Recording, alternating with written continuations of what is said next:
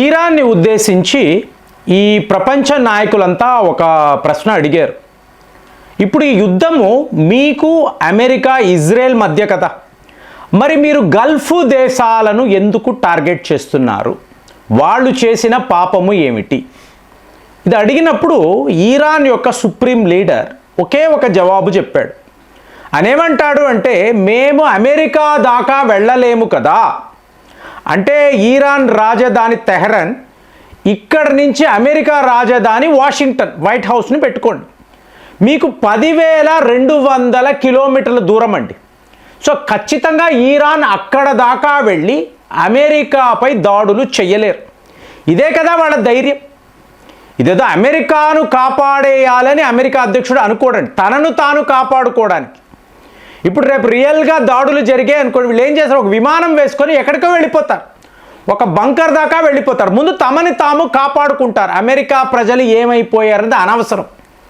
So ఈ సిచ్యువేషన్లో ఈరాన్ supreme leader ఇలా చెప్పాడు, అమెరికా దాకా మేము వెళ్ళలేము, కాబట్టి అమెరికా యొక్క బేసెస్ ఎక్కడెక్కడ ఉన్నా, ఏ దేశంలో ఉన్నా దానిపై దాడులు చేస్తున్నాం.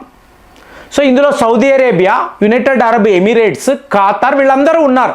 కాబట్టి ఆటోమేటిక్గా వీళ్ళందరూ లెజిటిమేట్ టార్గెట్స్ అయిపోతారు.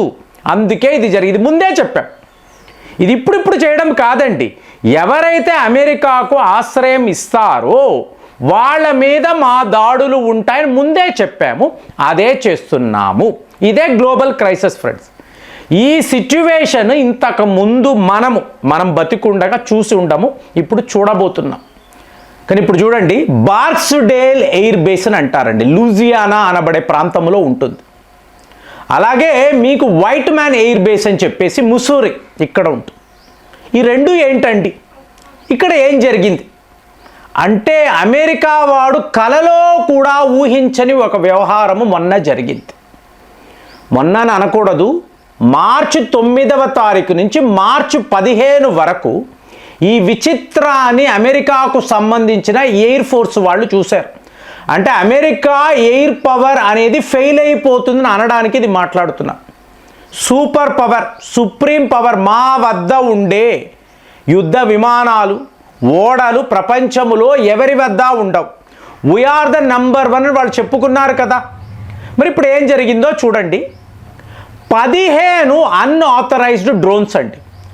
అంటే ఇక్కడ బార్క్స్డేల్ ఎయిర్ ఫోర్స్ ఇక్కడ ఏముంటుంది మీకు తెలుసా, ఐడియా ఉందా? B-52 అనబడే అతిపెద్ద బాంబర్స్. ఒక పిచ్చుకను పెట్టి ఒక గరుడ పక్షిని పెడితే తేడా చూస్తారనుకోండి, అలా ఈ బాంబర్స్ ఉంటాయి. ఎంత పెద్దవి అంటే మీకు అమెరికా తలుచుకుంటే వితిన్ డేస్ ఈరాన్ని పూర్తిగా డిస్ట్రాయ్ చేసేవచ్చు. అలాంటి బాంబర్స్ వీళ్ళ వద్ద ఉన్నాయి. ఎక్కడ? లూజియానా. మీకు 15 డ్రోన్లు ఇక్కడ చక్కర్లు కొట్టేయండి. మీకు వీళ్ళ జామర్స్ ఏవీ పని చేయలేదు. అంటే జామర్స్కి అతీతంగా, జామర్స్ అన్నప్పుడు మీకు ఎలక్ట్రానిక్ వార్ఫేర్లో ఒక డ్రోన్ యొక్క కమ్యూనికేషన్ వ్యవస్థను ఆపేయగలదు. అలాంటిది ఏమీ జరగలేదు. 15 డ్రోన్లు వైట్ మ్యాన్ ఎయిర్ బేస్ అంటారు. ఇంకొక బాంబర్ అంటే ఏంటండి, వీళ్ళు తలచుకుంటే అందులో అణు అస్త్రాన్ని మోహరించి తీసుకువెళ్ళి ఈరాన్పై వెయ్యగలరు. అలాంటిది ఇవాళ ఈరాన్ ఏం మాట్లాడుతుంది, నువ్వు నా దాకా రావడము కాదు, ఈ బాంబర్లు వేసుకొని ఈ అణు అస్త్రాలను వేసుకొని రావడము కాదు, నేను అక్కడికి వచ్చి నా డ్రోన్లను పెట్టి మీ బాంబర్స్ను డిస్ట్రాయ్ చేస్తే. అంటే ఫ్రెండ్స్, ఈ బార్క్స్డేల్ ఎయిర్ బేస్ అంటున్నాను చూసారా, ఇక్కడ అమెరికాకు సంబంధించిన అణు అస్త్రాల స్టాక్ పైల్ ఉంటుందండి. ఇదే danger. 3,700 active weapons, reserve nuclear weapons America వాడు రెడీ చేసుకున్నాడు. 3,700 అణు అస్త్రాలు. రష్యా తరువాత వీళ్ళ వద్దే ఇన్ని ఆయుధాలు ఉన్నాయి. ఇప్పుడు ఒకవేళ అంటే ఈరాన్ వద్ద ఎటువంటి ఎయిర్ పవర్ లేదు, యుద్ధ విమానాలు లేవు, అలాగే మీకు నేవల్ ఫోర్సు లేదు, జస్ట్ ఈ డ్రోన్లను పెట్టుకొని వాడు ఏకంగా అమెరికా దాకా వస్తే, ఇప్పుడు ఈ అణు అస్త్రాల మీద దాడులు చేస్తే వాళ్ళ సుప్రీం లీడర్ ఏమంటున్నారండి, సదాం హుసేన్కి ఎలాంటి ఒక గతి పట్టిందో డొనాల్డ్ ట్రంప్కి, బెంజమిన్ నాథన్యాహుకి ఇదేలాంటి పరిస్థితే, వీళ్ళు ఇలాంటి చావు చూడబోతున్నారు చెప్తున్నాడు. అంటే ఓడలు బళ్ళవుతాయి, బళ్ళు ఓడలవుతాయి అంటాం చూసారా. ఇవాళ ఈరాన్ వాళ్ళు ఏ స్థాయిలో మీకు వాళ్ళ ఆవేశము, ఆ కోపం ఎలా ఉంది అంటే, ఇప్పుడు మేము అమెరికా దాకా వెళ్ళలేము అన్నారు. అంటే 10,200 కిలోమీటర్లు ట్రావెల్ చేయలేము అన్నవాళ్ళు 15 మీకు అన్ఆథరైజ్డ్ డ్రోన్స్, దేనికి లొంగని డ్రోన్స్. మరి ఇది ఈరాన్ వాళ్ళే చేశారా లేదా రష్యా? మనందరికీ తెలుసు రష్యా యొక్క ఈ బాంబర్స్ స్టేషన్ను యుక్రెయిన్ వాళ్ళు ఇలాగే డ్రోన్లు పెట్టి మీకు ఇలా ధ్వంసము చేశారు. మరి ఇది ఒక రివెంజ్ డ్రామా అవ్వచ్చు కదా. రష్యన్స్ కూడా ఇది ఇప్పుడు చేసే అవకాశాలు కదండి. 5 ఏళ్ల కష్టానికి ఫలితము దక్కింది, ఇప్పుడు పేబ్యాక్ టైం. సో రష్యా ఇది చేసిన, రష్యా ఈరాన్ మిత్ర దేశాలు కాబట్టి ఈరాన్ వాళ్ళు రిక్వెస్ట్ చేయొచ్చు, పుతిన్ గారు ఓకే అనుకోవచ్చు. వాళ్ళ అత్యాధునికమైన డ్రోన్ సిటీ ఉందండి, రష్యాలో డ్రోన్ సిటీ ఉంది. కొత్త డ్రోన్లు వాళ్ళు తయారు చేస్తున్నారు, వాటిని అమెరికా దాకా పంపించవచ్చు. మరి ఇవి వచ్చి ఈ బాంబర్స్ పైన, ఈ న్యూక్లియర్ సైట్స్ పైన పడ్డాయి అనుకోండి, మీకు ఇది ప్రపంచ విధ్వంసం అండి. అమెరికాలో నగరాలంతా కూడా ఇలా తగలబడిపోతే, పెద్ద మీకు ఇలా బాంబులు పేలుతూ మీకు రేడియేషన్ అంతా స్ప్రెడ్ అయితే అప్పుడు పరిస్థితి ఏంటి? ఒక అగ్రరాజ్యము మీకు అమెరికాకే ఈ దుస్థితి అంటే ఊహించడమే కష్టం.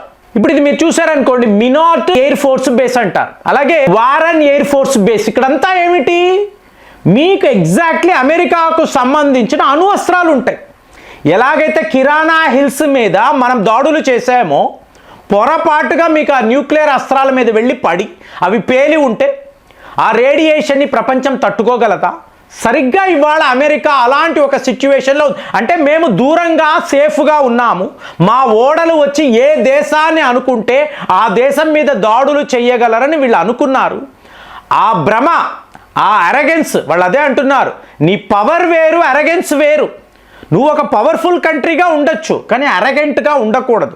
కాబట్టి నీకు ఎలాంటి గుణపాఠం నేర్పించాలో మేము ఇవాళ అది నేర్పించడానికి రెడీగా ఉన్నాం. నీ యొక్క పవర్ ఏమిటి? Nuclear weapons. నీ యొక్క ఎయిర్ పవర్ కదా మాట్లాడుతున్నావు. మరి నీ జెరాల్డ్ ఫోర్డ్ అన్నావు, ఎక్కడ ఉంది ఇప్పుడు?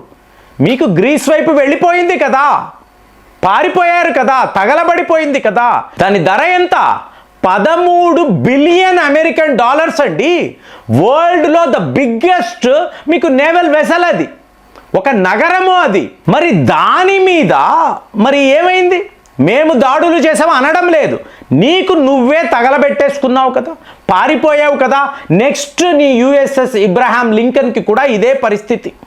అంటే వరల్డ్లో గ్రేటెస్ట్ అన్నవాళ్ళు మా ముందు లొంగిపోయారు కదా, మా డ్రోన్ల దాడికి మీరు తట్టుకోలేక ఎక్కడికక్కడ పారిపోతున్నారు కదా. మీ సైనికులు ఎంతమంది మరణిస్తున్నారు, నీకు సపోర్ట్గా నిలబడుతున్న దేశాల పరిస్థితి ఏమిటి? సో ఇదంతా చూసుకున్నావు అనుకో, నువ్వు చాలా పెద్ద తప్పు చేశావు, దానికి చాలా పెద్ద శిక్ష అనేది మేము వేస్తున్నాము. ఈ యుద్ధములో నువ్వు ఓడిపోవడం అనేది ఖాయము.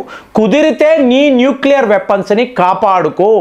ఇంత పెద్ద విషయాన్ని ఈరాన్ వాళ్ళు చెప్తున్నారు అంటే అమెరికాలో ఉండే అణువస్త్రాలు సేఫ్గా ఉంటాయని మీకు అనిపిస్తుందా? ఏమైనా తేడా జరిగితే వరల్డ్ వార్ 3 కాదండి, ప్రపంచ వినాశనం అని మనం అనుకోవాలి. మీకు కూడా అలాగే అనిపిస్తుందా? కామెంట్స్లో రాయండి. మళ్ళీ వచ్చే వీడియోలో కలుద్దాం. జై హింద్.